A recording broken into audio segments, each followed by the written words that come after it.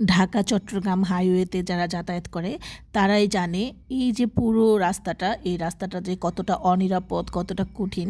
আর সেটা যদি রাতের যাত্রা হয় তাহলে তো আর কথাই নাই। তো রিসেন্টলি বুলেট বৈরাগীর একটা অকাল প্রয়াণ যে ছিনতাইকারীর হাতের মৃত্যু আমাদেরকে বারবার আবারও স্মরণ করিয়ে দিয়েছে যে এই পথটা আসলেই নিরাপদ না। কুমিল্লা, চিটাগাং, তো এখানে গজারিয়াও পড়ে, ঢাকা থেকে গজারিয়া হয়ে যেতে হয়। গজারিয়া, তারপরে হচ্ছে কুমিল্লা, ফেনী, সীতাকুণ্ড, এই যে পুরো রাস্তাটা, এর পুরো রাস্তাটাই কিন্তু নিরাপদ না।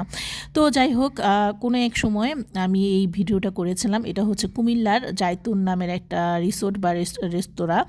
তো এই রেস্তোরাঁয় আমার অনেকবারই যাওয়া হয়েছে, কিন্তু কোনো সময় আসলে ভিডিও করার মতো পরিস্থিতি ছিল না, মনেও ছিল না, কারণ আমরা এত দৌড়ঝাঁপের উপর থাকি যে ভিডিও করতে হবে, তাও মানে এই জিনিসটা মাথায়ও অনেক সময় থাকে না। তো সেদিন আমি ভিডিও করেছিলাম, এটা খুব সম্ভবত রোজার মাস ছিল। তো রোজার সময় আমি করেছিলাম, আর আমাদের ব্রেক দিয়েছিল নিচে, একটু একটু বেশি সময় পেয়েছিলাম।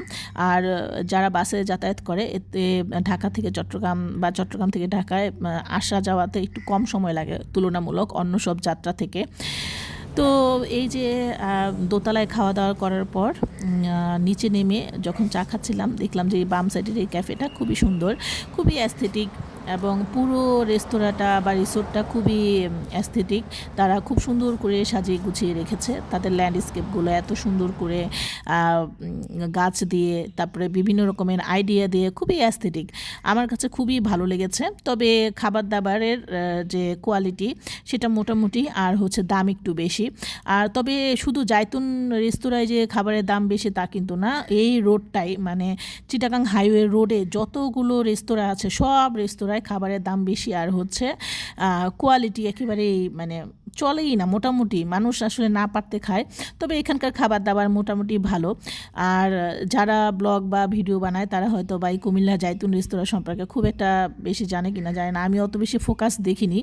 তবে তারা যেতে পারেন, এখানকার অ্যাস্থেটিক খুবই সুন্দর। আমার কাছে এখানকার যে আইডিয়াগুলো সাজানোর, যে ইন্টেরিয়রের যে আইডিয়াগুলো ভালো লেগেছে। যেমন এই যে সামনে একটা মাছ রেখেছে, এটা অনেক জায়গায় রাখে যদিও এই ধরনের মাছের প্রদর্শন, তবে দেখতে খুব ভালো লাগছিল রাতের বেলা। আমার মনে হয় জাইতুন রেস্তোরাঁটা দিনের থেকে রাতের যে সৌন্দর্য সেটা আসলে বেশি, দিনে হয়তো বা অতটা ভালো লাগবে না। আর নিচতলায় উপরতলায় এত সুন্দর করে বসার সিটিং প্লেসটাও সুন্দর। আর এই যে বাম পাশে একটু আগে দেখালাম যেটা, সেটা হচ্ছে গাছের গুঁড়ির মধ্যে হচ্ছে একটা পাখি বসিয়ে দিয়েছে যে বাম পাশে। এটা আমি প্রথমে ভেবেছিলাম এমনি হয়তো বা ডেকর, পরে দেখি যে না, এটা হচ্ছে ডাস্টবিন, এটার মধ্যে হচ্ছে ময়লা ফেলার একটা ব্যবস্থা করেছে। এই যে একটা আইডিয়া, এই আইডিয়াগুলো আমার কাছে খুব ভালো লেগেছে। তো যারা ভিডিও ব্লগ তৈরি করেন তারা যেতে পারেন, বা যারা ঘুরতে পছন্দ করেন তারাও যেতে পারেন। তো আমরা খুব সম্ভবত ঢাকায় আসছিলাম, আর আমাদের খুব অল্প সময় দিয়েছিল। তো এই ছিল আমার আজকের জাইতুন ব্লগ। Thanks for watching.